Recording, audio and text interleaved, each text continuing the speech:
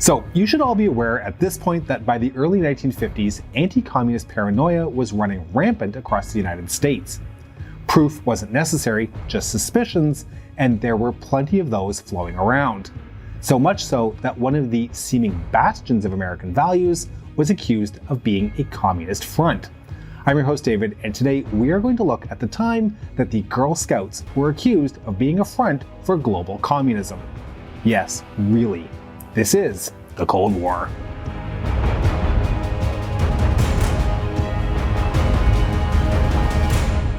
In the summer of 1954, in a smoky American Legion Hall in Illinois, a group of middle-aged veterans gathered to confront what they saw as a growing threat to the United States.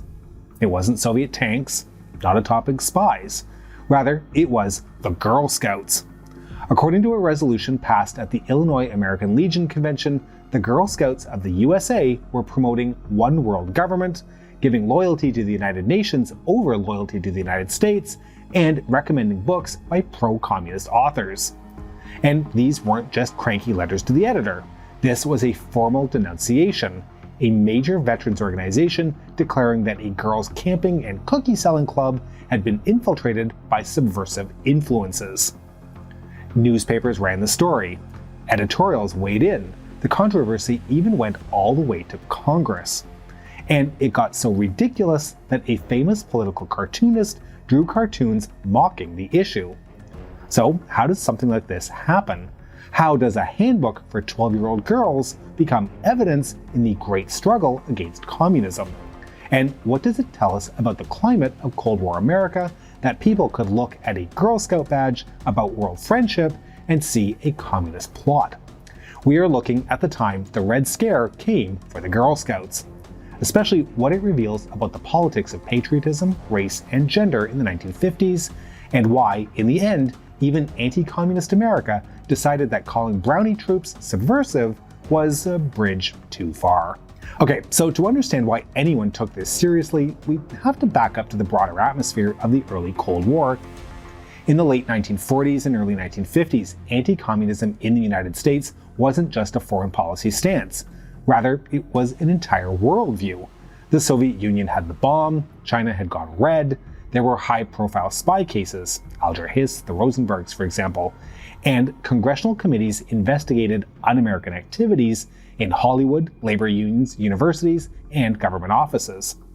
This was the era of loyalty oaths, blacklists, and Senator Joseph McCarthy waving stacks of alleged names on the Senate floor. And the definition of subversion kept expanding. It wasn't just about those who had actually joined the Communist Party. It grew to include those who criticized the FBI, supporting desegregation, backed the United Nations, or even taught kids that America wasn't perfect. And this anti-communism fused with other movements as well. Segregationists said civil rights movement was a communist plot to undermine the South. Christian nationalists denounced any hint of secularism or religious pluralism as godless.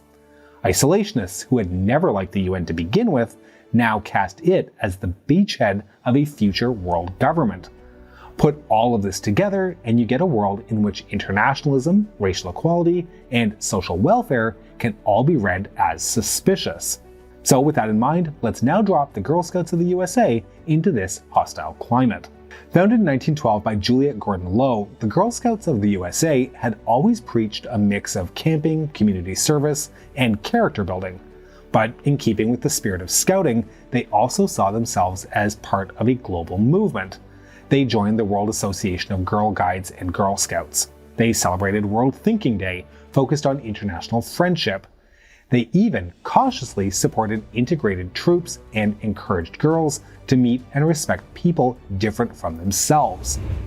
In the optimistic years right after the Second World War, that fit neatly with official rhetoric about peace building and teaching kids to be citizens of the world. But by the early 1950s, the mood had shifted. The same language about world citizenship that sounded wholesome in 1947 could sound ominously like one world government in 1953. Of course, since the beginning, scouting had a global flavor. Juliet Gordon Low borrowed heavily from the British Girl Guide movement, and from the 1920s onward, Girl Scouts were told they were part of a worldwide sisterhood.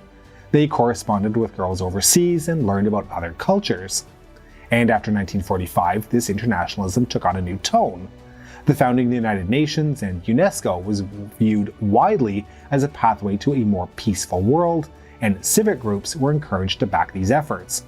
The Girl Scouts leaned in. Handbooks talked about building a better world. Badges asked girls to learn about the UN and how different nations cooperated. At the same time, the organization, slowly, unevenly, and with plenty of compromises, was moving towards racial integration. There had been African American troops since the 1920s, and by the 1940s and 50s, national leaders were at least officially encouraging councils to desegregate. Some did, many didn't, but the aspiration towards equality was present in training material and leader magazines. Girls were told prejudice was wrong, and that good citizens treated everyone with respect. Now, for a while, this didn't make much of a splash. But by the early 1950s, a small but vocal constellation of ultra-conservative groups began grumbling. Some objected to International Thinking Day being celebrated on February 22nd, which is also George Washington's birthday. To them, dedicating the day to world friendship instead of purely to the first president looked like disrespect. Others combed through Girl Scout magazines and bristled at book lists that included authors like Langston Hughes and Dorothy Canfield Fisher, people who appeared on right-wing lists of suspect writers. In isolation, none of this was a major scandal. It was more like background noise, cranky letters, sermon rants, a few fringe newsletters. But it foreshadowed what was about to happen. You had a mainstream girls' organization quietly teaching global sisterhood and anti-prejudice at the same time that a growing slice of the right was convinced that globalism and racial mixing were communist plots. The flashpoint came in a new edition of the Intermediate Program Handbook released in 1953. This was the book for girls roughly aged 10 to 14, too old for brownies, not yet seniors. If you wanted to know what mid-century Girl Scouting was about, this was your guide. On the surface, it looked like a typical scout manual: how to pitch a tent, cook outdoors, plan troop activities, do service projects, earn badges. But woven through the pages were the values the organization wanted to instill. There was a badge called One World. To earn it, girls might learn about the United Nations, study another country, or participate in projects that promoted understanding across borders. There were sections explaining that prejudice and discrimination were wrong, and that a good scout tried to make friends with people of different races, religions, and backgrounds. There were mini lessons on civics and government that mentioned public health programs, conservation projects, and public housing as examples of shared responsibility. The handbook also suggested books and authors for girls who loved to read. That list included people who, at a different, more sane time, you would recognize simply as good writers. In the fevered imagination of the Red Scare, however, they could be interpreted as fellow travelers. It's important to say, the handbook was not part of some radical new direction. Earlier handbooks from the late 1940s had gone even harder on themes of world friendship and cooperation, using language steeped in that post-war optimism I just mentioned. What had changed by 1953 wasn't the Girl Scouts' basic outlook, it was the political lens through which some people were reading it. For example, the phrase "one world" had become a lightning rod. Internationalists and liberal clergy had used it to describe a hoped-for world community.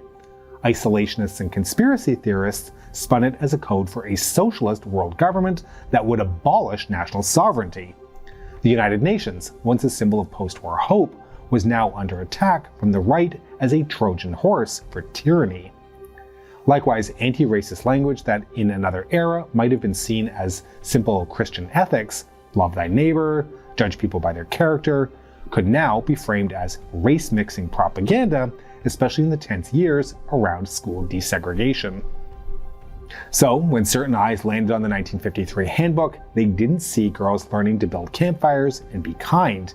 They saw a document that, in their view, put world citizenship above American citizenship, praised government programs, and pushed a universalist, colorblind ideal that they equated with left-wing politics. All that was missing now was one determined crusader to turn that simmering suspicion into a national controversy. They found their champion in a man named Robert Lefevre. Robert Lefevre was a small-time media figure with big ambitions. A former radio and television personality, he was a hardcore anti-communist and a purist libertarian. He distrusted big government, the United Nations, and pretty much any institution larger than a church picnic.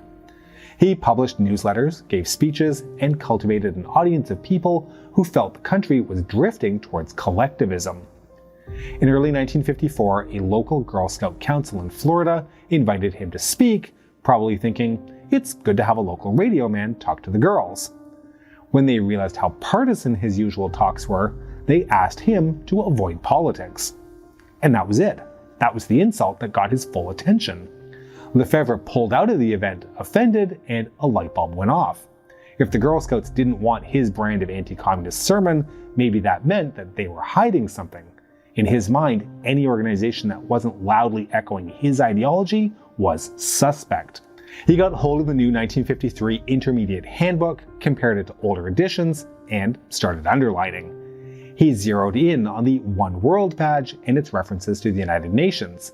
He scanned for the words Declaration of Independence and Constitution, and missing the places where civics was actually embedded, concluded that the handbook was spending more time on global cooperation than on America's founding documents.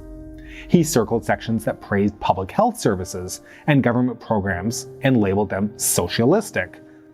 He side-eyed passages that told girls to make friends across racial and religious boundaries and saw indoctrination.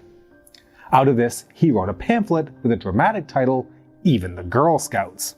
In it, Lefevre argued that subversion had reached into the most innocent corners of American life. He claimed the new handbook required girls to learn about the United Nations, but nowhere forced them to study the Constitution. He hinted that the organization was putting loyalty to world citizenship above loyalty to the United States. He pointed to recommended books by people like Langston Hughes as proof that communist sympathizing authors were being pushed on young girls. His conclusion was a call to arms, aimed not at Moscow, but American mothers. He urged them to hold their daughters back from joining the Girl Scouts until the organization proved it was once again truly American. At first, this was just one man's rant in a relatively obscure publication. But the early Cold War conservative ecosystem was already in place. A web of newsletters, church bulletins, women's clubs, veterans posts, and anti-communist committees that traded stories like this back and forth, often without checking the original sources. Social media for the analog age. Soon, even the Girl Scouts was being reprinted in small papers, quoted in speeches, and mailed to anyone on the right-wing mailing lists. Local civic leaders started asking questions. Some wrote alarmed letters to National Girl Scout headquarters demanding explanations. And as Lefevre's accusations spread, they collided with something happening inside the Girl Scouts that ironically had nothing to do with him, but ended up making his case look stronger than it actually was. At National Girl Scout headquarters in New York, the 1953 handbook had generated its own wave of routine feedback. Troop leaders wrote in with suggestions. Committees flagged places where the text was confusing, too dense, or even out of date. And keep in mind that this was standard practice. Handbooks are living documents that are edited and reprinted on a regular basis. By early 1954, before anyone in the building had heard of Robert Lefevre, the National Board had already approved of a set of revisions for the next printing. They wanted to make the civics content more explicit, and the full text of key American documents instead of excerpts, and tweak some wording around international topics to improve clarity. One idea on the table changed the name of the One World badge. Staff had noticed that One World had become a loaded phrase in newspapers and sermons, and they didn't see any reason to die on that particular hill. They could call it My World or something similar and keep the underlying activities the same. They also wanted to be crystal clear that the World Association of Girl Guides and Girl Scouts was not a branch of the United Nations, since some people seem to confuse the two. By May 27, 1954, those revisions were formally signed off. The plan was to print a corrections booklet, a multi-page insert, and tuck it into existing handbook stock until a fully revised edition came off the presses later that year. From the inside, this was a boringly administrative task. But from the outside, once Lefevre's pamphlet started circulating, it looked like a confession. As soon as critics discovered that the Girl Scouts were issuing a long list of corrections, they assumed their pressure had forced this. Lefevre and his allies bragged that they had compelled the organization to clean up its un-American content. To those encountering the story in the conservative press, it genuinely seemed like cause and effect. Accusations one month, revisions the next. Girl Scout leaders tried to explain that the timing was coincidental. They pointed out that drafts of the changes existed before Lefevre went to print. But nuance doesn't travel as fast as a good conspiracy theory, if it manages to travel at all. By the early summer of 1954, the narrative hardening in certain circles was, we exposed the subversive Girl Scout handbook, and now they're backpedaling. Enter B.J. Grigsby, a Chicago businessman and publisher. He read Lefevre's accusations, reprinted them in his own local newspaper, and became convinced that the Girl Scouts were part of a larger pattern of creeping collectivism. Grigsby wrote to Girl Scout headquarters, demanding answers. The reply he got from their public relations director was polite, factual, and firmly reassuring. The handbook was being revised for clarity, not because it was un-American. The organization was loyal, there was no plot. Grigsby, however, wasn't satisfied. Instead of dropping it, he escalated. He took his concerns to his congressman, Timothy Sheehan, a Republican from Illinois who had built a reputation as a hardline anti-communist. On July 2, 1954, as Congress headed into the Independence Day recess, Sheehan stood up and had Lefevre's Even the Girl Scouts article entered into the congressional record. He highlighted the most alarming bits, the UN references, the One World badge, the supposed lack of emphasis on the Constitution. He held it up as an example of how subversive ideas were slipping into youth organizations. A few days later, another Illinois Republican, Edgar Jonas, added more fuel. He had Grigsby's letters and the Girl Scouts' response printed in the record as well. Now the dispute between one cranky businessman and the Girl Scouts' PR office was part of the permanent official proceedings of Congress. For the Girl Scouts, this was a problem, but also an opportunity. While it was bad that the accusations were now on a national stage, it was good that they could now recruit national allies. They turned to friendly members of Congress, especially those who saw internationalism as part of a responsible foreign policy rather than treason. Representative Robert Keene of New Jersey submitted into the record an article by Dr. Lillian Gilbreth titled Girl Scouting, One Answer to Communism. Gilbreth flipped the entire script. She argued that the Girl Scouts, by teaching girls self-reliance, cooperation, service, and genuine understanding of democracy, were actually building the kind of citizens least likely to fall for totalitarian ideologies. In her framing, camping and community service were not distractions from the Cold War, they were part of the home front. Other representatives submitted statements praising the Girl Scouts as a patriotic force, wartime bond drives, civil defense drills, local service projects. They pointed out that Girl Scouts pledged allegiance at meetings, learned about American government, and came from military and veteran families. By late July, the tone in the congressional record was shifting. Criticism hadn't vanished, but it was now balanced by open defense. Even Sheehan, watching the reaction, began to soften his stance, reading into the record letter from Girl Scout officials outlining their already planned revisions. So if you just looked at the paper trail in Washington, you might have thought the controversy was winding down. But guess what? It wasn't. Outside the Capitol, a much larger, louder institution was about to weigh in, the American Legion. The American Legion in the 1950s was a powerhouse, a national organization of veterans with posts in towns across the country, deeply invested in Americanism campaigns, flag etiquette, loyalty programs in schools, and anti-communist education. In early August 1954, the Illinois Department of the American Legion held its annual convention in Chicago, and the mood in that hall was hardcore. McCarthy still had fans there, even as his star was fading in Washington. Resolutions denouncing subversive influences were popular fare. Into this environment stepped Edward Clamage, head of the Illinois Legion's Anti-Subversive Commission. Keep in mind that Clamage hadn't interviewed Girl Scout leaders. He hadn't sat down with the handbook in a neutral frame of mind. Like Lefevre and Grigsby, he started from the assumption that if right-wing newsletters said the Scouts were suspect, well, they probably were. He drafted a fiercely worded resolution. The preamble warned that subversive forces were, quote, attempting to capture the minds of our youth. It quoted J. Edgar Hoover's general statements about communist propaganda targeting children. Then it zeroed in on the Girl Scouts. The resolution claimed that the Girl Scout handbook gave the United Nations and world citizenship priority over American citizenship. It asserted that Girl Scout publications recommended books by authors identified as pro-communist by official agencies. It painted the organization as naively or deliberately serving as a channel for collectivist ideas. The resolve clauses called on the Illinois American Legion to withdraw all support from the Girl Scouts. No more joint programs, no endorsements, no use of Legion facilities, until the Girl Scouts proved that they had purged this content.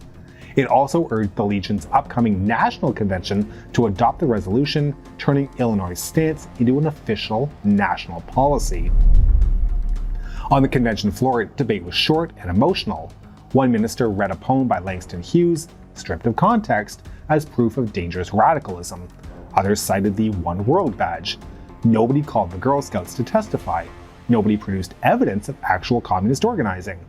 The resolution passed overwhelmingly. For the first time, a major mainstream veterans group had publicly branded the Girl Scouts subversive. Back at Girl Scout councils across Illinois, the phones started ringing. Parents wanted to know if the Legion was right. Local newspapers called for comment. Troop leaders, who had never thought about the geopolitics of guiding, suddenly had to explain to worried church boards and PTA officers that no, their camping program was not a Soviet front. Nationally, Girl Scout headquarters was stunned. They had assumed that quiet, behind-the-scenes communication about planned handbook revisions would calm people down. Instead, the Legion had taken the nuclear option. The Legion's move now created a different problem, not just for the Girl Scouts, but with the Legion itself. Because when you go to war with a beloved children's organization, you better be absolutely sure the public is on your side. Which, it turns out, they weren't. If the Illinois Legion expected to be praised for their vigilance, they misjudged the room. The press reaction was, in large part, incredulous, and often funny. The Chicago Daily News ran an editorial calling the Legion's stance berserk patriotism. The Protestant magazine Christian Century published a piece pointedly titled "Time to Grow Up," essentially asking how grown men could convince themselves that a Girl Scout handbook was a major threat to the Republic. Reporters did what reporters do when someone makes a sweeping claim, or what they should do anyway. They went to look. They visited local troops. They flipped through handbooks. They interviewed leaders. What they found were kids learning knot tying, first aid, and how to get along. One Washington, D.C. post of another veteran organization, AMVETS, announced that after doing their own investigation, they could confidently report that Girl Scouts were in favor of marshmallows and movie stars and opposed to homework and mosquito bites, none of which appeared on the Attorney General's list of subversive organizations. Then Eleanor Roosevelt weighed in. In her syndicated My Day column, she discussed the Legion's resolution with a mixture of amusement and concern. She paraphrased one disgusted Legionnaire at the Illinois Convention who, upon hearing the anti-Girl Scout resolution, is supposed to have muttered, "How screwy can we get?" Roosevelt wrote that when patriotic groups become so frightened that they see communism in Girl Scout work, all we can do is laugh. And then, more quietly, worry about what that level of fear does to democratic life. The coup de grace in terms of public perception came from political cartoonist Herblock. In his cartoon, helmeted legionnaires huddled behind trees in a forest at night, peering anxiously at a clearing where a group of Girl Scouts sit around a campfire. The caption reads, "Stand fast, men, they're armed with marshmallows." In one image, he captured the absurdity of the situation. Hardened veterans hiding from children with s'mores. Letters to the editor rolled in. The vast majority defended the Girl Scouts and mocked the idea that they were subversive. A few hardliners doubled down, insisting that world government propaganda was real and dangerous. But the mood in the mainstream press was clear. this had gone too far. The Illinois Legion's brave stand against 10-year-olds was becoming a national joke. The American Legion's National Convention met in Washington, D.C. later that month. On the agenda, resolutions praising McCarthy, condemning communism, supporting HUAC, and awkwardly, the Illinois resolution about the Girl Scouts. The national leadership knew they had a problem. On the one hand, they didn't want to completely rebuke their Illinois members. On the other, though, they could see the PR disaster unfolding. In the weeks leading up to the convention, the newly elected Illinois Legion commander, Irving Breakstone, quietly reached out to Girl Scout President Olivia Layton. He told her he personally disliked how the resolution had been handled and assured her he would do what he could to keep it from spreading nationally. Legion National Commander Arthur Connell also gave private assurances. If the Girl Scout issue came up on the convention floor, the Scouts would have an opportunity to defend themselves.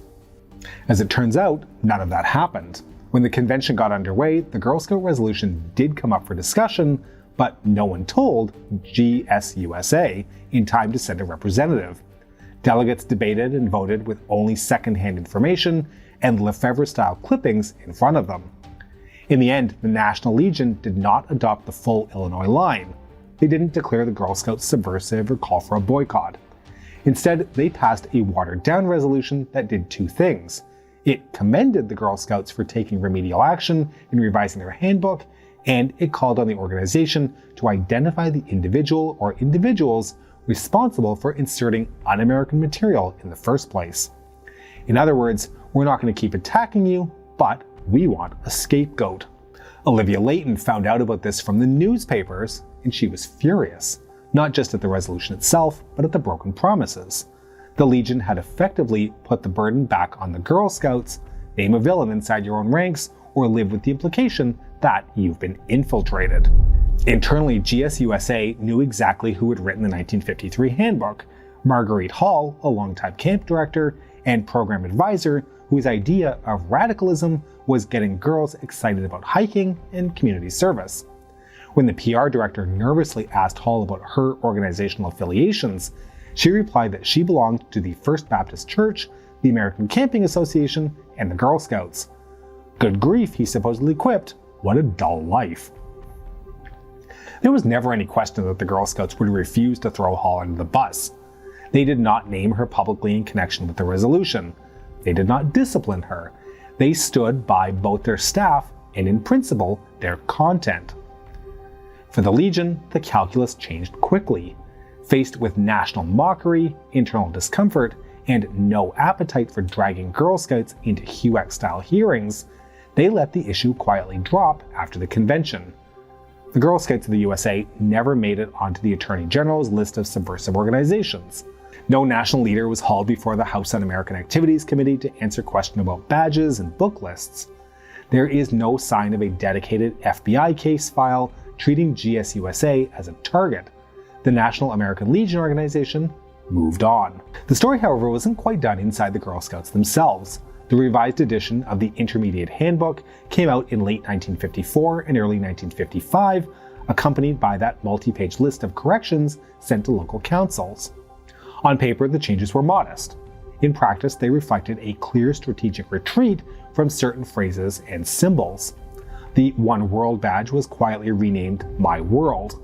The underlying activities, learning about other countries, understanding global cooperation, remained, but the name no longer waved a red flag at people who saw One World and thought world government. References to a world flag and world pin were trimmed or reworded. The United Nations content was reduced and in some cases reclassified as optional rather than required. At the same time, the front of the handbook now carried multiple verses of the Star-Spangled Banner and the full text of the Bill of Rights. No one could credibly claim the book lacked patriotic material. More subtle changes were made to language about equality and internationalism. Lines that had declared in so many words that there was good in every person and nation and that a Girl Scout should try to understand people everywhere were toned down to a more generic, be friendly to others. Passages that had explicitly encouraged girls to seek out friendships with people who were different from them got shortened. The League of Women Voters disappeared from recommended reading and contacts. Too many critics saw it as a liberal, even left-leaning group. In 1955, journalist Ben Bagdikian wrote an article for The Atlantic comparing earlier and later versions of the handbook. He described the edits as a policy of retreat. He argued that the Girl Scouts hadn't changed their real values, but they had learned that it was no longer safe for them to say so too plainly. He argued that the Girl Scouts hadn't changed their real values, but they had learned that, quote, it was no longer safe to say them too plainly. The national office defended its choices as common sense. Why hold on to a controversial badge name when the activities could be preserved under a different title? Why leave in easily misquoted phrases when the same ideas could be expressed in less inflammatory ways? Not everyone was convinced. Some longtime supporters, especially in more liberal circles, wrote in to say that they were disappointed that the Scouts seemed to be bending to extremists. One professor scolded them for not standing more visibly on their own feet, asking what had happened to the bold, progressive spirit Girl Scouting had once represented. Caught between Red Scare attacks on one side and progressive frustration on the other, GSUSA made a pragmatic choice: protect the organization's ability to function, keep the core program intact, but keep the lid on anything that might draw fire. The girls and troops mostly didn't see any of this. They saw new printings, new badge names, the same meetings and camps. The real impact of the controversy wasn't on their day-to-day activities. It was on the willingness of national leaders to speak openly, in print, about global sisterhood and structural prejudice. And that is one of the quieter legacies of the Red Scare, not just careers ruined or organizations banned, but sentences rewritten, ideals whispered instead of shouted. In the short term, the impact on the Girl Scouts' fortunes was minimal. Membership continued to grow through the mid-1950s, riding the wave of the baby boom. Most parents either never heard of the Legion Resolution or dismissed it as nonsense. For a girl joining a troop in 1958, the big questions were which badges looked fun and who brought the snacks, not whether her handbook had once been accused of subversion. As the Cold War moved into the 1960s, the Girl Scouts faced new pressures. From the other direction, young people critiqued institutions for being too conformist, too slow to engage with civil rights and the women's movement. The Scouts, like many mid-century organizations, were criticized for being too domestic, too traditional. In response, they developed new program materials that emphasized careers, leadership, and social issues. By the 1970s and 1980s, right-wing attacks on the Girl Scouts reappeared, but the language had shifted. Now the accusations were that the organization was too feminist, too secular, maybe too friendly to sex education or LGBTQ+ inclusion. The communist label wasn't the point anymore. The culture wars had new vocabulary. Still, on the fringes of the ultra-right, echoes of the 1950s lived on. Ministers like Edgar Bundy and groups like the John Birch Society occasionally muttered that the Girl Scouts were subversive, tying together old UN conspiracy theories with newer grievances about feminism. Those narratives mostly stayed within their own echo chambers, however, dismissed by the wider public. Looking back from the end of the Cold War in 1991, the idea of Girl Scouts as a communist dupes was a punchline, not a serious allegation. The enduring images from the 1954 episode are not of triumphant anti-communist crusaders, but of Herblock's marshmallows, Eleanor Roosevelt's eye-rolling, and a nation deciding that this, finally, was too much. So, what do we do with this story, besides chocolate veterans terrified of cookies and campfire songs? Well, first, it shows how elastic the label communist becomes in the 1950s America. It didn't just apply to people who signed party cards or spied for the Soviets.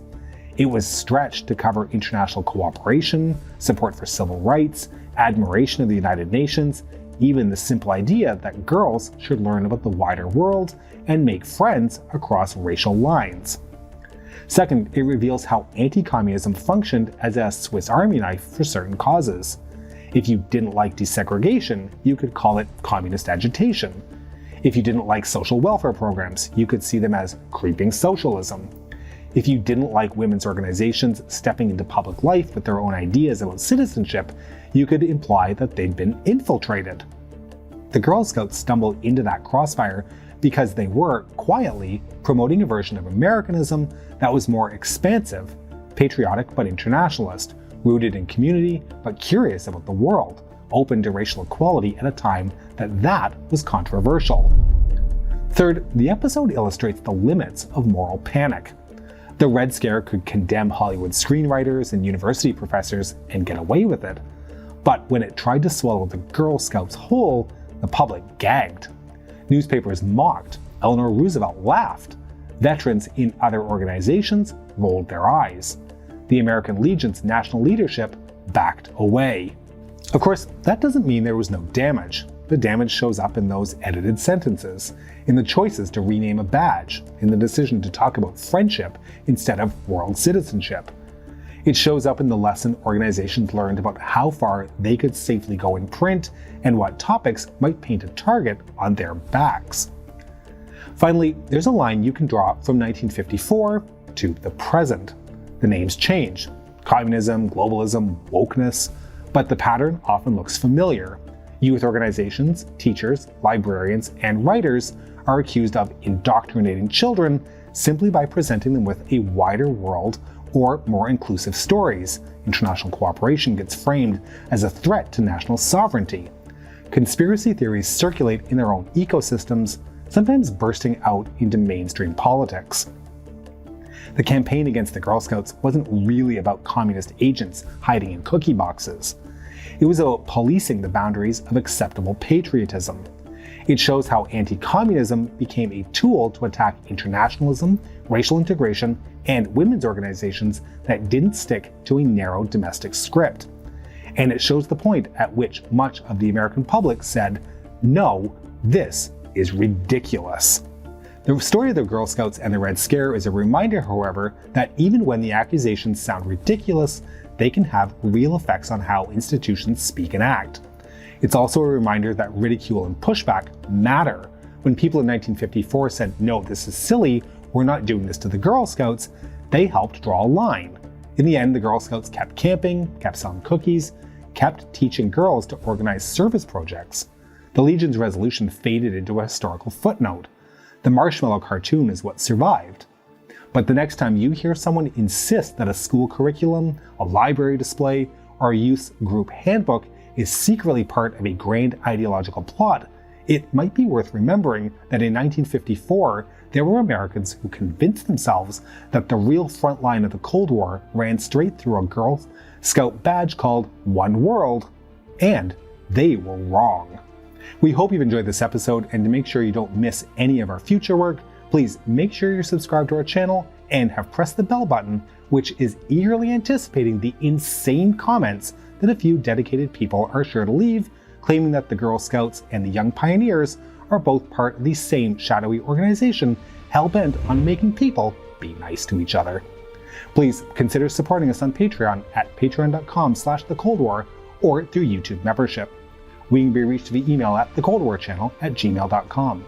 This is the Cold War Channel, and as we think about the Cold War, please remember that history is shades of gray and rarely black and white.